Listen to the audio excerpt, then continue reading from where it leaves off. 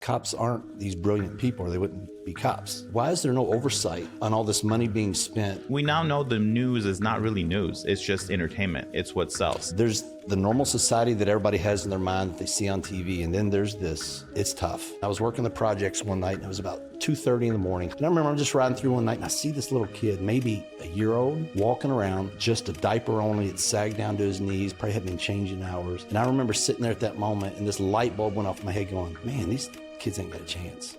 John, appreciate you coming on today. Know it was a little bit of a hike for you this morning. Yeah, Brian, appreciate it, man. When you reached out, I was like, why does he want me on here? But I sure appreciate you having me, man. Well, your stuff just resonated with me. And talked with Makan, and I was like, John's coming on. Like, well, we'll figure it out. Awesome. And then when he said that, he's like a retired cop. And I'm like, and I do this all the time with guests. I never research the guest. I always assume who we're going to be seeing. And then I write a bunch of questions, and then I Google the person to research, and I'm like, damn it. I did the same thing last time. So we had a porn star, and Brian said, oh, we're going to have a porn star on the show. And so I was like, awesome. I hope she's hot. So I'm writing a whole bunch of questions. Fantasies coming true. Yeah. And then I Google it, dude, and I see full frontal naked picture of the dude. I'm like, God damn it. Made a mistake again. This is why it's not so with this one, I was, in my head, I'm going, okay, retired law enforcement. So I'm thinking so this is the picture that popped in my head. You remember the old commercials about the guy that was like diabetes? Oh, yeah. So that's exactly what I imagined. I was like, okay, we're going to have an 80-year-old, fat, overweight, knees are hurting. Disgruntled. I'm like, what are we going to talk about? And then I'm like, whatever, let me just write some questions down. So I write some questions. Are you on diabetes medication? How's retirement been? Are you golfing? And then I Google, and I'm like, here we go again. Here you are. Here I am. Yeah. Old fat man. Go way off. So again, throw away the questions. But this is becoming a recurring theme of me assuming what the guest is going to be like, and judging. I sent you the profile too. I know, but it's an example of you shouldn't judge by the judge a book by its cover, because in my head I'm thinking something totally different, and then we meet and we talk, and I'm like, yeah, I was way off. I like this guy. Yeah, he's normal. Yeah. I think so. I think to kind of start off, could we have a little bit more about and learn a little bit more about you? Yeah. Just where you grew up. Yeah, so I grew up in an area called Portland. Louisville's about 1 million people. Oregon? No, Kentucky. Oh, okay. Do you get that a lot? Portland, yes, Oregon? Yes. But it's actually a community inside the city. There's different blocks and different areas. Very oppressed area, very poor. I remember seeing extension cords running from one house to the other as a kid to keep electric on for people. The kids walked around barefoot, high crime. But later on in my career, that came in so handy because I understood how to talk to people that were hurting, people that were in situations that weren't ideal, or that maybe the general populace just wasn't aware of, because there's so much that goes on in cities and in the world that if you're living your normal life, you're going to work, you've got your kids, you've got your family, you have no idea the underbelly of the world that's happening, because there's the normal society that everybody has in their mind that they see on TV. And then there's this, like I said, this underbelly that is just, it's tough. And, at night, the gunshots are like Fallujah, and it's just in a different environment than people can actually understand until they actually put themselves in the middle of it. And then they go, oh, this sucks. And even me growing up in an area that, it was so oppressed and saw so many, drugs and fights and somebody was murdered right across the street from me as I was pulling up. As you're growing up? Yeah. As I was pulling up, I heard a gunshot. I'm like, what was that? And all of a sudden dude comes out and he's shot in the head dead, and police show up. And I saw all this, but then even as I got on the department, I remember. How old were you when you saw this? I was 21 at the time. Oh, okay. Yeah. And I moved out of my house when I was 18 and had a place and had a wife at that time. I got married when I was 19. But even when I got on the department, living in that environment, now I'm working in the projects. How old were you when you joined? That was an advantage too. I didn't get on until I was 27. So you joined the police force at 27? I had 3 small kids, so I'd already lived life. And I think that's such a huge advantage, because I see so many guys that come on the department, they're raised in middle class families. They go off to college, they join a fraternity, they graduate college, they're 21, 22 years old. They get on the department and they get thrown in these environments, and it's a culture shock. What made you want to join the police force? I'd always just want to be a cop my whole life. In my senior yearbook, that was the thing. I want to be a police officer. And again, my first wife, when I was 21, I put in for it. And I was in the process of it. And she was like, please don't be a cop. Please don't be a cop. All cops get divorced. All cops, and it's pretty true. All cops get divorced and it's dangerous and all this. So I put it off. And it was just ate at me for years because I What knew, did you do for work? Well, I worked for our church for a while, for about 3 years, coached basketball in the high school, worked in the inner city, bringing people to church, stuff like that. And then I knew that wasn't for me. I enjoyed helping people. So my whole career has been kind of helping people because I was raised, my dad was a pastor in the inner city, and he took a church from 60 and grew it to over 1,500 a week. And people kept going, move out. Why aren't you moving your church out? And he's like, because this is my calling. I'm not here to just make it a cushy job. I want to help people in the inner city. So that was his mission. And that kind of rubbed off on me, but not in the ministry. I wanted to do it as a police officer. But again, on my second year in, I was working the projects one night and it was about 2:30 in the morning. So you're about what, 29 at this time? It's a hot night. There's, people throwing dice, people doing different things. When they pull in, they make the noises, hoo, because the police are there and they scatter, they do different things. And I remember I'm just riding through one night and I see this little kid, maybe a year old, if that, walking around, just a diaper only. It sagged down to his knees, probably hadn't been changed in hours. And I remember sitting there at that moment and this light bulb went off my head going, man, these kids ain't got a chance. They are so far behind the 8 ball. And again, even though I'd seen that growing up, it just hit me different as an adult. Because you have kids now. Yeah. I've got kids, this kid's age. And I'm going, man, the life, I can't imagine, because even though I grew up in a bad neighborhood, my parents were still very protective and I kind of lived in a bubble. So when I saw that, I was just like, it kind of changed my perspective on things and dealing with people, more grace, more mercy, more kindness. Because I was like, man, I can't imagine being that kid growing up in that environment and having so few options in life. And everybody's like, oh, just pull yourself up by your bootstraps, do it. But man, there's so many of them that I understand kind of how the cycle just keeps happening and happening. And, the government steps in with their little programs and spend millions of dollars and it just goes to waste. And it's so frustrating when you're in the middle of it and you see that and you see the opportunities that could be there that just get wasted. What do you think would be a way to fix that? Well, I think number one, fatherless homes, but we can't force people to stay in relationships, to have fatherless homes. But I think the waste of money, it could be allocated so differently where you're actually helping these kids, not just giving it, because the way cities do it, and you're starting to see some of this with Doge, it's getting exposed. And we've complained about it for years as when you work in that environment, the city, instead of using their money and controlling it so there's accountability for where this money goes, there's all these nonprofits that pop up and they give them millions of dollars for this outreach or to build this building or to do this and that. And that money you never see that fruition come through. What example can you share that you saw like, okay, this is a good intention of a program, but the results are not there? Because I think a lot of people that are pro helping, government and nonprofits, they like the idea of it and they support the idea of it, but they don't follow through with it. Is it effective or not? You know what I mean? We had something called the Interrupters program. And so they took criminals, guys who had felony backgrounds and usually violent shootings, different stuff like that, who were reformed or claimed they were reformed. And the city would pay them, I think it was $60,000 a year.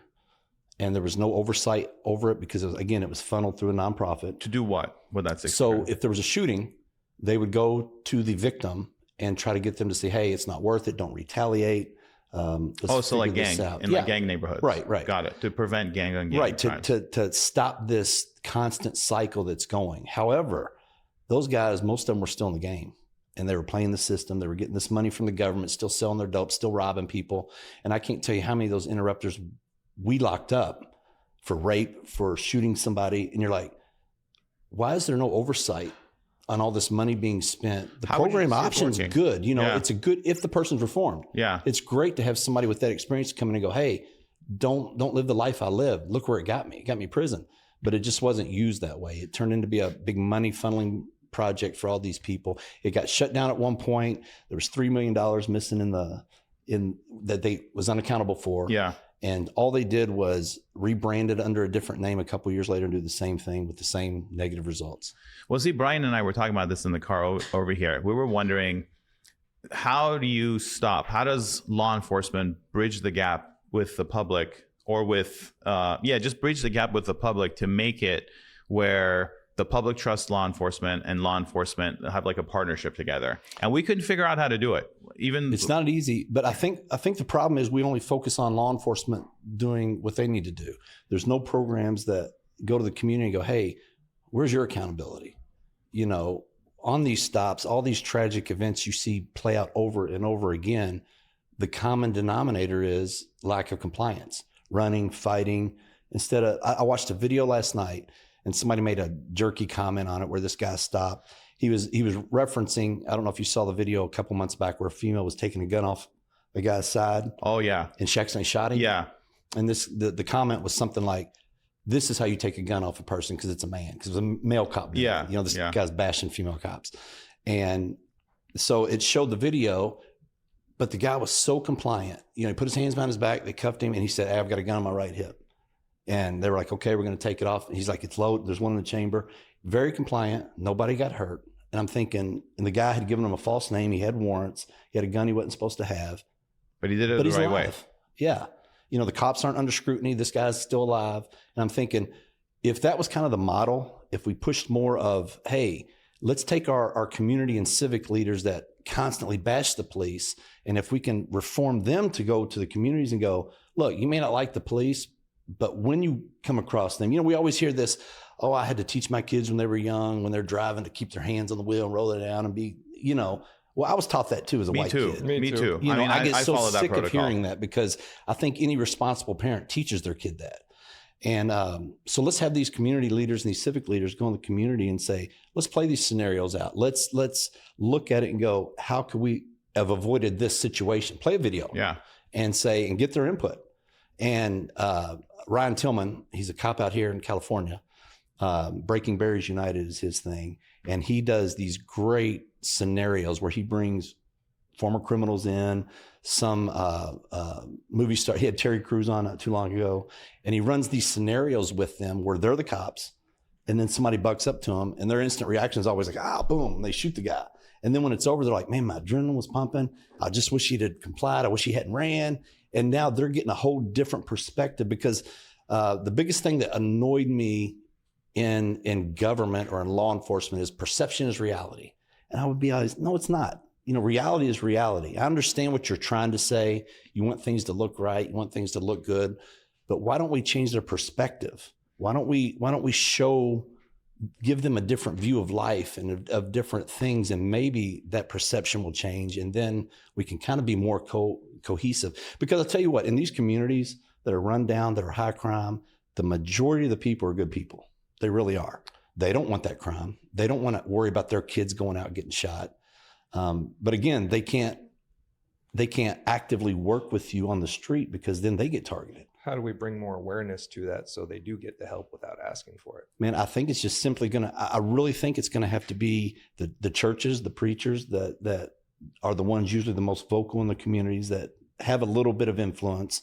And again, your civic leaders, your politicians that run in cities like Louisville and Los Angeles and different places that are more liberal, that they run on, oh, we'll give you more money. Oh, we'll do this just to get the votes. And I think if they would take that influence and push it more toward scenario-based events, more toward bringing people together to communicate, because that communication is broken down. Yeah, it's been broken for a while. Yeah, and let's bring, instead of dancing on TikTok, which does nothing to make, you know, your inner city people like cops. It might get some clicks. People are like, oh, it's cool, whatever. But it doesn't look very good. It doesn't look good, and it doesn't really change anything. I mean, it changes nothing. It gets them money maybe, but that's about it. So let's bring these people together and have open forum communications that are honest, because the big thing cities push and departments push, transparency. There's no transparency. It's all CYA. Everything is CYA. And that causes so many more problems than if you just were honest, because a lot of times when cops do wrong, it's kind of pushed under the table. It really is, because it's always been about protecting the image, protecting the department. Let's bring, when the guys do bad, and go, hey, this guy screwed up. Now he's indicted, or now he's fired, or now he's whatever. We screwed up as a department. We didn't train right. We whatever. That way, when the bad situations happen, or the things that look bad where the police are in the right, the community will trust you more because you've already called yourself out on all the bad stuff. Mm-hmm. So if you're actually honest, actually open, and you come out and say, hey, we're wrong, we screwed up, then when it's time to step up and go, no, in this case, we didn't screw up. Here's the facts of the case. Here's the video. Here's whatever you need to put out. Then I think people will look at that and go, maybe we can trust them a little more. Now, John, I know that, Brian and I were talking again in the car about this. The perception we have as when we get pulled over, there's different things, but when you get pulled over as a civilian, you know that or maybe I'm wrong, maybe you can correct me on this, but if I get pulled over, I know that officer's job is to, number one, make sure he's protected, he's not going to get harmed. So I always roll down the windows, turn on the lights, put my hands on the steering wheel just so that he's at ease. And then number two, I know he's conducting an investigation for whatever, of speeding. So like his job is to get me in something, to talk, to get information out of me, to build his case, right, whether it's a traffic violation or whatever the case may be. And it's my job to kind of like not say anything without pissing off the officer, in a sense that I'm not being a smart ass. I just don't want to incriminate myself by saying, yeah, 100%. I know the speed limit. I know I was speeding, and just kind of like, you know what I mean? Yeah, let's get on with it. Yeah. Write me a ticket, let's go. Yeah. So, and then we'll deal with it in court. But I think a lot of people think that when they get pulled over, that court is happening between them and the officer, that they need to argue back and forth with the officer to get out of the ticket. Whereas if you just shut your mouth and be polite and put the officer at ease, because he doesn't know which car is going to be that one car, because you're just one car away from getting shot at. Right. As an officer, right? And so the officer doesn't know that. So he's coming into a very tense situation. So if you can de-escalate the situation by rolling down the windows, putting your hands on the steering wheel, and just being chill, but then knowing that the officer's job is to conduct an investigation, to build a case for whatever crime that you may have been suspected of committing, which is why he pulled you over. And get your ticket, go to court, present your facts in court, and get out of that ticket at that point. Right? Is that kind of like the protocol or the best thing to do as a civilian when you get pulled over? And the problem is egos get involved, right? We all have them. Yep. And so it's very easy to get puffed up a little bit. As the officer or as the both. And again, that's one of the lack of training with police. We can tell the public what they need to do, but then on the officer side, man. What do you recommend for the public to do? I think that's it. What you said is exactly right. Politeness goes a long way. That'll get you out of a lot of tickets. I wasn't a ticket writer, but I was narcotics or violent crime most of my career. So it was more like, even in those situations, I'm more likely to cut people breaks for narcotics if they're polite. It's just human nature. If you're an a-hole to me, my nature is going to want to buff up and come back at you the same way. So how do you, for example, let's say it's a narcotics bust, right? Mm-hmm. And you come to me and I don't want to answer any questions. I don't want to make your job easier by like talking and giving evidence, right? How do I do that without pissing you off, for you to escalate the situation, for it to become... You can simply say, I'd rather not talk. I invoke my rights, period. That's it. You don't have to do all the sovereign citizen stuff. You don't have to be go over the top. Like, not roll your window down. You don't have to be, over the top. Yeah. Just be polite, and you've got rights. I've told all my kids, and these cops watching it may not like it, but I told all my kids, if cops say, hey, can I search your car? If he doesn't have reasonable suspicion, say, no, I'd rather not. And I don't think that's a wrong thing. I don't think it is either. It may have been frustrating as a cop, but that's their job, isn't to, like you said, to make my job easier. It's my job to create a case, not theirs. Yeah. And I think if the public knows, I guess everyone's honest, because when a police officer comes, he asks questions, he's not checking my day. He wants to build a case. Where am I coming from? Where am I going? Did I have a drink earlier today? Because if, that's probable cause. If I say, yeah, I had a drink earlier today, it's like, well, now I got probable cause. Yeah. Come in and do a field sobriety test. I'm not saying drinking and drive is good, but what I'm using that as an example of, that's your job. And if I talk, I'm helping your job. So I guess saying it as politely as possible so that you don't create friction, and then you can just kind of...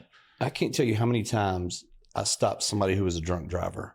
And I wasn't looking for drunk drivers, but sometime at night, they're just in your face. You can't help it. That I've locked their keys in their car and let them walk home, or given them a ride home, or let them call somebody simply because they were decent people. They made a mistake. And some people are like, yeah, but that doesn't teach them for the next time. It does actually. That's what I argue, because now at least it's in their mind. And also everything we did as officers, every stop I made, every contact I had wasn't just about that stop. It's about the next one. The next guy that deals with this guy, he's going to remember what the last cop did, right? If the last cop was an a-hole to you, then when you stop me, I'm automatically assuming you're an a-hole. Yeah. It's just it's human nature. It's what it is. And unfortunately in the academy, we're taught so many things, physical fitness. We're taught defensive tactics, how to write warrants, how to write citations, how to testify in court, how to do all these things, but we're not taught how to communicate with each other. And that's such a tragedy in my view, because if I can teach interpersonal communication skills to people and how to de-escalate, I'm not even a fan of that word, because I think if you're just normal, nice to people, that's a natural effect. Yeah. Then if we teach these guys early how to do that, it can avoid a lot of problems. I think getting inside a police officer's mind also helps, because then you can have empathy for both sides. Can you describe what it feels like when you pull somebody over? It's late at night, 1 a.m, Friday night, Saturday night. It's a crazy, it's always busy. Friday night, busy nights. Friday night, Saturday night, dark tinted windows. And you're walking up to a car, at 1 a.m. to pull over for whatever, a traffic violation. What's going on in your head? What's your anxiety level? What's your fear level? What's your concerns? What's going on in your head as you're coming up to that car? The safety thing is always a factor. So when you're dealing with that situation, especially the hairy ones you're talking about, where, the hair on the back of your neck may stand up, the more clear verbal commands you can give, the better it is. But yeah, there is people lie and say, oh, there's no fear. Bull crap. If you don't have that, then you're cheating yourself, because then your senses kind of drop, you get relaxed, you get complacent, and that's when bad things happen. Unfortunately, I think due to society, the way it's been, policing's been so demonized and been targeted, that a lot of these, especially younger cops, are hesitant to be, I don't want to say forceful, but to take control of the situation. And they allow things to go too far and out of hand. And because you don't have control of a situation, that's when things go sideways. What's considered control of a situation, though? In that when you come up, you tell them to roll their windows down, even the back ones, because you don't know who's in that back seat waiting for you. And why do you want the windows down? Because you can't see who's in there. And it's so easy. If you walk up on my car, I can sit here with a gun and I can look normal. I can even have a hand on a wheel, light on. As soon as you walk up, pow. There's nothing you can do about that. Does the cop have the legal right to ask them to roll all the windows down? Absolutely. Okay. Yeah. So then you can have them step out of the car, according to the Supreme Court. Because you pulled them over for whatever, the traffic violation or whatever that issue was.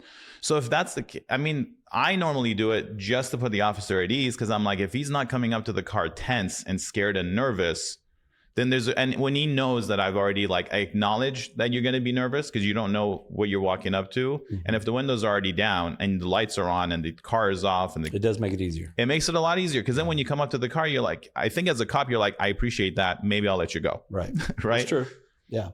All those factors play in. Now, again, with cops, you got different personalities too. So what works for me may not work for the next guy. Correct. And I wish people would understand that, because it doesn't matter what field you're in. If it's police, if it's doctors, if it's accountants, it doesn't matter. They're bad people in all fields. You're dealing with human nature. You're dealing with so flawed individuals, and who have bad days, who have stuff going on at home. Then they come to work and bad things happen at work, and all these things start to compound, and bad things can happen from there. And what else I've noticed is whenever there's a officer involved shooting or something officer related, the officers kind of get together and they're like, don't say anything right now. They turn off the camera and they say shut your mouth, don't say anything. So is that some advice that you would give, now being on the other side as retired, to your kids? The protocol is you're not supposed to talk. They're supposed to separate you. Like if Brian and I were involved in a shooting, he goes in one car, I go in the other. We're not supposed to talk to each other, because they don't want you to get your story straight. Let's just find out what happened. Let's look at the facts of the case. And if they're bad, they're bad. Yeah. If they're good, they're good. Because I'm telling you, ever since Michael Brown in 2014, it used to be every police shooting that would come out on your department, you'd reach out to somebody. Man, is everybody good? Was it a good shoot? That was the questions. Ever since then, things changed. They just did. Now you were texting going, you weren't even asking if it was a good shooter, if they were okay. You're going, were they black or white? You were praying they were white, which is dumb. It shouldn't even be that way, but that's just the way it is. Because cops don't want to be in that situation. And they know ever since, again, 2014 was kind of the turning point for my career. I'm sure the Rodney King thing back in the 80s was different and had an effect, but that Michael Brown incident changed the way policing actually occurred. Well, I've spoken to some police officers just here in transit, just, talking, because we have a lot of burglaries going on in LA, home burglaries, and there's constantly just law enforcement coming and going. And I've spoken to some of the officers, and they've said, the situation is so bad that if there's a shooting, we just won't go until the mess is done, and we just kind of go for the cleanup at that point, because it's just not worth the risk. Yeah, it's not worth the risk to go over there to get involved in a shooting, and then now we've got to deal with internal affairs, and we have all these things that we got to deal with. Just let the crime happen, and then we'll come in. And that's unfortunately that's kind of where it's leading to. Yeah, and it's horrible because that's not why you're out there. Yeah, we chose this career knowing the pay was not going to be great, knowing the risks were inherent to it, and the thing that drove me nuts while I was on the job is when you'd be in these communities and, oh, you're racist, you're this or that. And I'm thinking, no, I left my nice house and wife and kids to voluntarily come down here to protect the people that hate me, willing to die for you. And somehow that makes me racist. Plus you're a target. Yeah. You're driving in a car that you don't know who doesn't like you and who could just shoot at you because they just don't like cops. Right. So it's not like the fire department where everyone loves the fire department. Yeah, I should have been a firefighter. We had the LA fires, and I see, posters and banners everywhere, but there was also law enforcement protecting all of our homes as well when we were all evacuated in LA. Right. And law enforcement did a great job here, the LAPD and the military. They brought military over. And they were the ones that when the fire department made everyone evacuate because they were fighting the fires, LAPD was protecting our homes. They were basically barricading areas and preventing people from going in there and robbing empty houses. And, firefighters getting all the praises, which they should, because, they do a great job. But law enforcement also, they were helping protecting everyone's homes. Right. But then the same point I saw on the news, I don't live in California, but I saw on the news where people were complaining, oh, they won't let me into my home.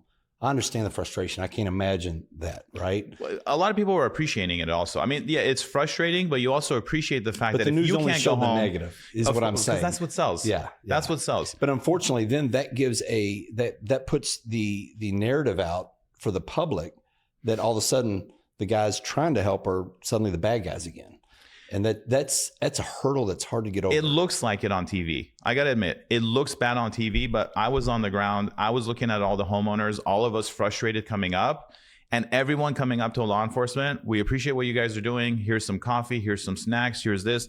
It got to a point where the cops were like, guys, stop giving us Gatorades and fruit bars and juices and lunches. We just don't have any more room for it. Yeah. The community there was an outpouring support for the fire department, for the law enforcement. So I think people are now realizing that the news is only pushing negative things because it sells. But people who have that, more and more are realizing that it's not. But you still got a segment of society for sure who you always regardless will. Yeah, it's not going to be right. Yeah, you always will.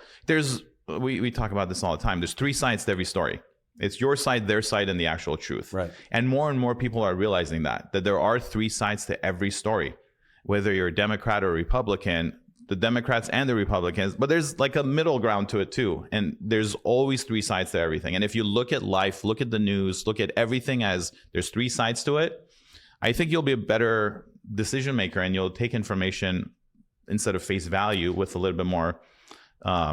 There's a sports commentator back home, Bob Valvano. His brother was the Jim Valvano from NC State, who died of cancer. The whole never give up, never stop fighting, and he does the sports in Louisville on one of the channels. And his big thing is let the cake bake. In other words, quit judging so early on these first things you're seeing. Let the cake bake. Things will come into perspective because you put your flour in, you put your water in, you put your eggs in. It looks like a big mushy mess. You're not going to sit there and eat that, right? Yeah. But as you put it in the oven and then the cake bakes, it starts rising. It comes the full picture, and you're going, "There's a cake." Before you couldn't see the cake. Now you see the cake. Yeah. And a lot of times in society, we are so quick to jump on that first narrative, that first story. And if people would just relax, let the cake bake, see what happens, let things play out, they'd probably be more satisfied in their own life because there wouldn't be so much hatred and anger. I feel like it's slowly getting better. I hope so. I feel it because, I mean, I talk to a lot of friends and I've seen like the opinions are changing. Well, we now know the news is not really news. It's just entertainment. It's what sells. It's what used to be the National Enquirer that you saw checking Exactly. out. The crazy stories. Does Yeah. that even exist anymore? I don't know. It's They don't need everywhere. it anymore. They got You the don't need news. it. Yeah. Yeah. And like the news right now, I mean, you got to make your own independent take in from. I mean, I have multiple apps on my phone. I have CNN, I have Fox News, both extremes. And I take what CNN says. It's the same story. CNN has their version of it. Fox News has their version of it. And I'm like, I take a little bit of truth from this, a little bit of truth from that. And it's got to be somewhere in the middle. You know what I mean? It can't be these two extremes. It's got to be somewhere in the middle. And we actually had a CIA officer, Andrew Bustamante, on the show. And I was like, Andy, how do you decipher what's true, what's not true with the media? And he's like, you know what I do? I use CIA tactics to figure out what's true and what's psyops. And I take all the news articles, little bit from this, little bit from that. You go extreme left, extreme right, somewhere in the middle. And then that's kind of where the information is. It'll just be right in the middle. And you take all the fluff out, that's kind of where it lands. And that's been really, really good advice because you can't just be in an echo chamber on the left or an echo chamber on the right and assume that that's reality because it's not. You got to use critical thinking. Yeah. And that's rare these days. Now, as a law enforcement officer, you guys have to use critical thinking, right? Right. Can you give us some examples of like what you've learned throughout the years? I mean, you've been a police officer 21 years. 21 years, yeah. That's a lot of experience, a lot of things that you've gone through, stress and everything down the road. But critical thinking is one topic that I want to talk about. What tactics have you learned? Well, a lot of it goes back to simply, like I said, talking about that kid earlier. If you understand the environment that you're dealing with, that's huge, because I can't go to a middle or upper class suburban area and police the same way. And that's not to say that you're profiling or you're doing anything different as far as law wise, but I cannot talk to this individual the way I talk to this individual. It just doesn't work. They are hearing, it's like a foreign language. Sales is the same though. Yeah. Sales, you're adapting to your audience. If you have someone's an emotional decision maker, you touch those topics. Emotions. And if someone's a logical decision maker, you have different ways of speak. So it's same in sales. It's emotional versus logical, and you pitch your sales script based on your audience. Yeah, and a lot of that is simply, again, knowing your environment and being willing to listen, because a lot of times you go in and you're supposed to just have the answers, right? Well, cops, let's be honest, cops aren't these brilliant people or they wouldn't be cops. I don't mean, it's not a slam. I mean, but there's more common sense than smarts, if that makes sense. There's not a lot of book smarts. It's a lot of common sense down on the street. So cops don't have PhDs. They don't have all these different things. So we've got to go into the community and use these things by listening. And a lot of times they'll tell you everything you need to know about that situation or that environment. And then you've got to, instead of just coming in with the answer and pounding it down their throat, if you just back off a little bit, listen to the advice, then you can make a rational decision based on that. And unfortunately, you do see a lot of guys come in and go, oh, I'm the police. Are you not listening to me? You know, do what I say, instead of sitting back going, all right, what is the need here? Let's figure it out so we can come to a solution. And that's tough. I mean, it's not easy all the time, because this run, you're dealing with a dead baby. Then 30 minutes later, you're over here dealing with somebody who's ticked off that their car got broke into. And you're like, man, I just held a screaming mom. And this is the biggest thing in your life. And it's big to them. But at the same time, to me, it's not as big. And so they might look at that as me being insensitive or whatever. But then you got to go home to your kids and coach T-ball. You know, so you've got to compartmentalize all these different things in one day that it's tough to do. And you've got to figure that balance out and go with it. And with the listening skills, there's one thing that comes to mind is God gave you 2 eyes, 2 ears, and 1 mouth. So you look twice as much, listen twice as much, and talk half as much. Yeah, I heard Brian say that, not that phrase, but on one of your shows was like, I like to just sit back and listen, just take things in and figure it out instead of being the one out in the front. And that's wise. It's smart. So also helps in business. Yeah. Yeah. And then with dealing with high stress, like you just said, compartmentalizing, that's a pretty big extreme of going from one scene where a child is dead to a guy that's got a car broken into, and it's like not that big of a deal, but like still make him feel like it is a big deal to him, Right. and understanding that. How do you do that? Man, I don't want to say it's acting, but you've got to tap into something different. So If the that first makes time sense. you had to experience that high level of stress, Mhm. how did you deal with it? So my very first run out of the academy, first day on the job, first run was a dead 80-year-old woman laying beside her bed on the floor. Her gown was pulled up. She just fallen out of bed and passed away. And so that was my first run. Then the later on that day, we made a run in the projects. A guy got shot in the head. And as we make the scene, you walk up, and it was the first time I'd ever smelled the mix of gunpowder and the iron from the blood. And it's a specific smell it's like popcorn. Can't describe it, but you know what it smells like. Mm-hmm. And so the first time you smell that, you're like, that's a different smell. And he's sitting there, he's in a big recliner, and he's sitting back and he's gurgling. You know, he's doing those he's dead, but he's gurgling this breath. And You make it seem like this is the first time I'm hearing that. yeah, But yeah, I can see how like you're so desensitized by that, because I've never seen a dead body. I've never gone through what you're going through, and you're just speaking like it's like a matter of fact. well, But after 21 years, you see I- hundreds of those. So it's just like, it's horrible for that situation, Yeah. for that family. But for dealing with it the first time, I remember leaving and being like, whoa, this is a crazy day. I mean, it was like a Cops episode, Yeah. all day, my first day. And I'm thinking, How do you Man. discharge that? That's a lot of stress to take in, a lot of PTSD from it. How do you discharge it? I don't know. I mean, I've got faith in God. So a lot of that goes back to my faith. But working out, if you're going to do it right, a lot of guys drink. A lot of guys do things they shouldn't do. It's easy to go the negative route. It is, because it makes you forget, or it dulls it. It Yeah. desensitizes it. Fortunately for me, that was never a big issue. Now, over the years, you have these little layers, right? It's like stacking paper on paper on paper. Yeah. First few, not a big deal. But by the time you hit 15 years or 20 years, now that stacks like this. Yeah. So it's weighing on you a little more. And the things you'd think don't even bother you, then there's a trigger that hits something in your head 5 years ago that happened. You're like, oh, that just hit me different today than it did the day I dealt with it. Which is why I think it's important where you have like high stress environments. If you're just masking it, you're just building those layers of stacks of paper on top. You're not Well, dealing with eventually it's going to catch up to you. I think one of the big things that I push when I go and travel and talk to people is, especially younger cops, I'm like, look, do not build your friend base with cops. Okay. Because again, 10, 12 hours a day, you're dealing with all this chaos, all this negative energy on the streets. Every run you make, people don't want you there. They called you because they need you, but they don't want you there. And you go to a domestic, a woman's beat up, you're locking her boyfriend or husband up. Now she's mad at you, or now you got to keep her off from fighting you, or whatever the case may be. And then you've got to go right back to the next thing and keep going and keep going. And I think when these guys do that all day, and then after work, they go, hey, let's go get a drink, to come down. The problem is, we're all cops. We go get a drink. What are we talking about? Same thing. The all stuff day. you dealt with all day. You're not forgetting about Your it. administration who screwed you over. Whatever it is that you're pissed off about. Then you go home and go to bed. You get up the next day, it's Groundhog Day. So you you're do piling it it again. again. Yeah, so all this chaos is just building. And I was fortunate because at 27, I had 3 small kids. I couldn't hang out with cops. So I kept all my friend base, which in retrospect was a blessing. There were times guys were going out and I was like, man, I'm missing that. I feel like I'm missing out on stuff. But looking back, I'm like, thank God I missed out on all that stuff, because I kept such a good balance outside of work life that it was work. A lot of these guys, that's their identity.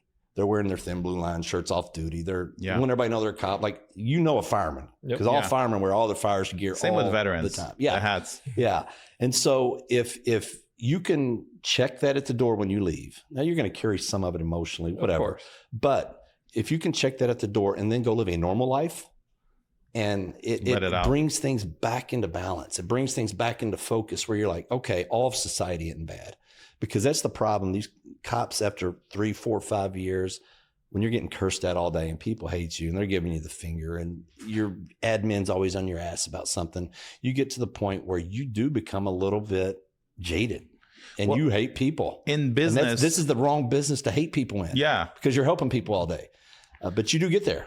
What I was going to say is I can pull out a lot of the similarities of what you're describing in the business world, where you're in a high sales position, you have your goals to meet, you're cold calling, let's say, for a living, and you're selling, and you're getting hangups and FUs and don't call me and take me off your do not list, and you're going through all this, and mortgages due and the rent's due and the car payments due, and your wife is not working because she's taking care, and you have all this pressure from home, and you're doing the same thing, and you're just not getting anywhere, and it's causing problems at home, and it's a lot of stress.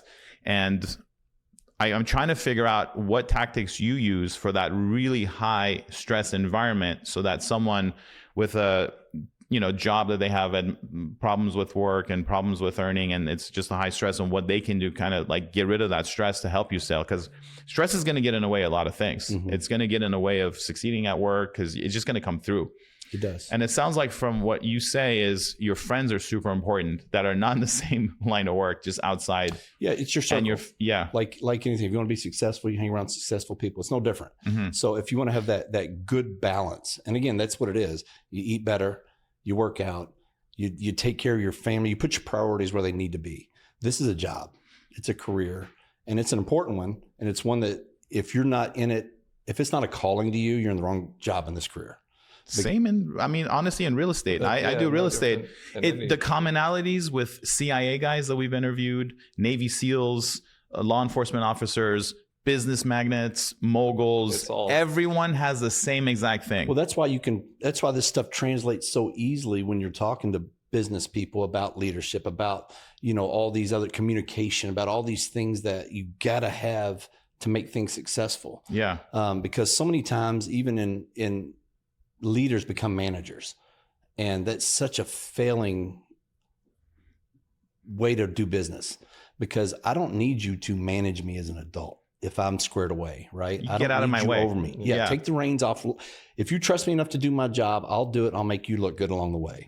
But a lot of times these guys are such micromanagers and want to have their hands on everything, and they manage you as opposed to leading you and putting you in the right direction, because a leader will then see if you're having some stress in your life that you shouldn't have. Like, I could tell when guys were drinking too much, and I would have to call them in and go, hey, what's going on, man? What's going on? Do you need some time off? Do you need some help?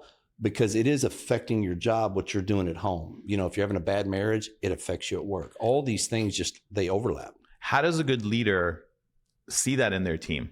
If you know your people, you just see it. You can see changes. I mean, you guys can read off each other. He knows when you're having a bad day when you're together, when you come and just something's off. And if you're aware, again, it's that whole one mouth, two ears, two eyes. Just sit back and watch. And if something's off, you address it early, because the longer you let it go, because especially when you're in small groups on police departments, you become friends, even if you're their boss, because you have to.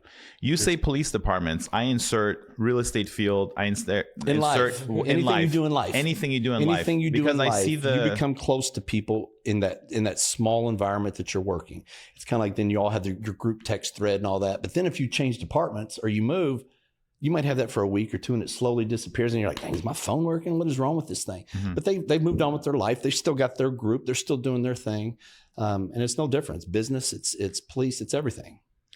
I've got a different type of questions to ask. All right. I want your advice on this. I was watching a video of Wes Watson in Florida. He got into a fight with someone in a gym, and he was fighting self-defense. And the questions I'm asking are how to protect yourself from when you're in a self-defense situation, so that you don't get charged with going too far. So and even if you have like a home invasion, someone breaks into your house and you need to protect yourself from a burglar, and you use your weapon as self-defense, how do you protect yourself that you don't get into trouble, that you actually obeyed by the law, that you don't get into a situation where you're facing charges or you get arrested? Or like in California, a lot of people say that if someone breaks into your house and you use your weapon, it's automatic policy that you're going to get arrested also, and you're going to get taken to the station because you may have shot the person the wrong way, or just something. Can you give us some guidelines as far as like what we can do as civilians to make sure that if we're in a situation where it's life or death and you're protecting yourself and it's self-defense, you do the right thing, that you protect yourself and you don't, go to jail? I'll preface this with, the old saying, I'd rather be judged by 12 than carried by 6, right? Yeah. So in that moment, do whatever it takes to protect you and your family, and then you can deal with the rest later. However, like the Wes Watson thing, okay, if somebody approaches you and they put their hands on you and you take care of business, when we were growing up, we're of the age where when we were growing up, when you got into a fist fight, boom, boom, boom, boom, It ended. it's over. Yeah. You're not kicking people in the head when they're down. Yeah. You know, there is a line you can cross. And what is that line? That's It's stuff like that. Once you've eliminated the threat, okay, just like police. what is the definition of eliminating a threat, though? In a fist fight, for example. A fist fight, I think, when they're done.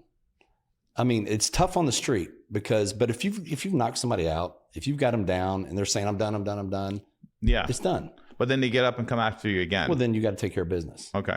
But if they're on the floor, that's it. Walk. That's it. Yeah, just be done with it. And you're supposed to call for help. You're supposed, like, if you get into a fist fight, they're down on the ground. Once they're down, you're supposed to call like for an ambulance or Most something. people aren't. I don't know if that's a law. Okay. I've never heard that. Because I mean, there's still states where you can have duels, Correct. right? If I call you out, it's legal. You know, what happens, as long as you don't kill them. Yeah. But that's a really fine line I don't think there's an answer to say you can go here, but you can't go here. So it's I think better to shut your mouth then. Every situation, if you can avoid it, that's the Obviously, best. you want to run. Yeah. Run. Everyone, like even SEALs say, just run away. Yeah, it's Don't not get worth in. it. Don't get involved. Not But worth if you're pulled into it and you're fighting to defend yourself and you knock the person out, for example, Problem is, do you leave? Do you call 911? Say, hey, send an I'm leaving. ambulance. I'm leaving. I'm leaving. Okay. Yeah. So if an officer comes to the scene and sees one person passed out, no one called an ambulance, and this dude ran, and you look at the footage, am I going to catch a case for running? Well, don't run. Walk. Yeah. Or Yeah. you can stay. But I don't think there's anything that says you're required to render aid. You're not in that position of authority that you're required to do that. Got it. If you protected yourself, that's what you did. Again, as long as you didn't cross the line and if then you break use a bottle and stab him, or Yeah, do no, whatever you got to obviously, do. yeah. If you're using a firearm, that's a different story. Yeah, Firearm, yeah, you I better heard- stick around. Any deadly force, stay around, or get to safety and call 911 because sometimes they have friends. Okay, that You makes don't- a big you don't diff- that know- makes a big You thing. don't know the environment. What's Because- considered deadly force? Some people have martial arts experience and their hands are considered deadly force. I mean, I don't think that's a real thing. okay. I think it's a movie thing. You know, these are registered. You know, Yeah. whatever. Yeah. But if you're There are in every state has different elements like brass knuckles, deadly force, nunchucks, deadly force, switchblades, different things like that. Now they're calling chokeholds, which it's a vascular restraint. I've Yeah. been choked out many times in jiu-jitsu. It's not a deadly force thing, but whatever. You know, you're not restricting airway. You're just cutting off a blood flow to the brain as long as you're not holding it too long. So I think anything that the statutes is anything that could cause long-term damage or death, Got it. potential damage or death. And so it's, again, every state has different statutes. So Yeah, we're not can't- giving legal advice. Yeah. We're just getting generality. I would think a lot of that's common sense. If I've got you down and it's done, I'm out. And when you brought up deadly force, I also saw a YouTube video where an attorney was saying that one of like the number one charges he sees is assault with a deadly weapon. Like if you pull out your gun and you say, hey, don't move any further, don't come near me, that's not a real use of, like, you're not supposed to be using that for that. And that's considered assault with a deadly weapon. And you could get like 10 years for I that. think, again, it depends on the states. And also depends on what they have. You go down to Alabama, Well, you're yeah. probably going to walk. It's Yeah. no big deal. But in California, California, you're probably going to jail, which is stupid, in my opinion. If they have a knife, game on. Oh, yeah. well, knife you're running anyway. I'm not going near a knife. My gun's already out. I'm tapping. Yeah. Okay. You're not required to run. You can stand your ground. Not in California, right? There's no stand your ground in California? I don't think so. It California, you're exists, better off but running. It's like very faint writing where you can take an eraser and yeah. I think the That's why I best don't thing live in in California. California is you run. Just don't get yourself involved in it. Yeah. But then you never know. You could be in a bar, someone just grabs you and punches you because they're drunk and like they're just going crazy, or if they're on drugs. This is why I carry insurance every year. That I know. covers hands, all of it. Yeah. Sometimes you just can't run and you don't want to catch a case, but you don't want to die either. Yeah, and the judicial system right now, like you said, hopefully things are changing. But I've known some good people who did the right thing and still got charged. Some even convicted, and you're scratching your head going, man, this doesn't make sense. This is not what we were taught. This is not what a person in their right mind in that same situation would have done the same thing. So how is this? Well, This it's kinda one's like legal. This that one's illegal. simulator that you were talking about, the guy that has a podcast out here, Yeah. and just throwing Joe Schmo in there and them reacting in a way much worse than an officer. Oh, 100%. Yeah. And people just don't know what it's like to be under that pressure. And every police officer has to make a split-second decision. Yeah. There's no, I had 10 minutes to think about it. It's Maybe quick. maybe 2 seconds, like- 3 seconds. And it's easy after the fact when you're looking at footage. You're like, well, I would have done this Yeah, differently. you can 'cause Monday have morning no quarterback adrenaline. everything. Yeah, you have no adrenaline in that. But if you're not there with all the senses, the sounds, the smells, sights, because camera even catches some stuff, but it doesn't catch everything. You can't, when senses are involved, it's kind of like when you do podcasts. If you do them virtual, it's not just the a different feel yeah, I don't because like you're not reading body language. You're not sensing all these things. It's the same way on the street. I can look at it through video and judge it. But until you're there, it's Did you guys different. watch that movie with Tom Hanks where he sets the plane down on the Hudson? Yes. Been a while. I don't know. It's been a while, but yeah. remember at the end when he's going through the hearing or whatever, and the guys are in the simulator, and keep in mind they had hours to practice and practice and practice. And Tom Hanks says, no. Do it the way I had to do it when you just found out you don't get a practice, and every single person failed the same way. And look, he successfully saved the plane, but they tried to pin him as the bad guy. Yeah. And Yeah, because that's the it. insurance Same gets scenario. involved, and they're like, Yeah. well, there's But a it was loss that of a split-second plane. decision where Yeah. he made the best possible choice for the best possible outcome. Yeah. And everybody's looking at it after the fact, simulating everything. It's like, look, that doesn't add the human factor of, oh shit, this is what I have to deal with. And Right. we're in the air and there's 400 people on the plane and I got to keep everybody alive. This fucking sucks. Yeah. And you can train and be better maybe than the average citizen, But whether it's not by flying, much. whether it's Yeah. whatever it is. But then in that stressful situation, I don't care how much training you've had, it's never going to equate to that. You'll So- go back to your training, but you're still going to fall short. In Do you some guys areas. use breathing exercises to like in a really high stress environment to like calm your nerves? So Not that you can, taught that. you're not taught that? No. No. Is that a tactic you guys would use, or what do you guys how do you- Personally, I've used it because I understand it, but I mean, I've been in places where I've had to, have my gun out, getting ready to go through a door, man. Okay, slow everything down. Yeah. So you're not going in there because if you're going in there all worked up, you're you're already at a you're behind the eight ball, disadvantage? Yeah. So what breath work do you use to like calm yourself and The square. which is You breathe in X amount of seconds, hold it X amount of seconds, breathe out X amount of seconds, and do it again. Mhm. Yeah, and it just kind of brings everything down and slows it down. What other tips or advice would you give? Because I see a lot of similarities with law enforcement and the business world. What advice would you give entrepreneurs based on your personal experience of how to deal with stress, how to deal with adversity, how to deal with change, how to deal with a lot of things? What commonalities do you see that you could give advice to people in the business field? I think a lot of it is simply slowing down a little bit because, like entrepreneurs, I've done things before, and that end goal, right? You've got to have your end goal before you start, but you want to get there quick. And unfortunately, you pass a lot of things, which causes more stress in the long run. And same in law enforcement. If I'm trying to execute a warrant on a house and I'm going through that door, I've got to slow down and make sure I'm not missing the closets, not missing a room. I can't just fly by it. And the same thing happens in life, man. You can't just go straight forward. People say, I'll just push forward. It's good. You got to keep moving. I agree with that. Keep moving one step after the other. But at the same time, you do have to watch for the pitfalls. You do have to have your radar up and make sure that you're doing the right thing, communicating with the people around you. Because as a team, when you're going through that door, I've got to know your body language, or I've got to know your commands, blue coming out, or need one here. You've got to pay attention to these things and listen and depend on them. And a lot of times we don't reach out. We don't ask for help. We depend on our own, what we're capable of. But again, in those stressful situations, things change. And so if you've got those people around you that you've built around you that can help you through that, that's a lot of the success. You mentioned something that a couple of the SEALs have mentioned. I have friends that are Navy SEALs. Shout out to Jared Hudson and Christian, the dude from Alabama. And when he was showing us CQB or close clearing out houses, he's like, SEALs don't yell, clear, we're going through the room, we're doing this. We just tap and go. And he said law enforcement goes, we're moving in now, we're making a breach, So we're you're doing letting this. them know you're coming. Exactly. Yeah. Why does I'm a civilian. How come I know that, but law enforcement still yells clear, just letting everybody know where they're going. Well, coming out of a room, law enforcement does not have the training SEALs have. Okay, they're here, we're here. Let's just call it what it is. And I don't care if it's a SWAT team, they don't have the training SEALs have.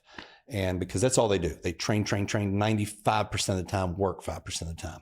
We work 95% of the time, train 5% of the time. So it's a little bit different.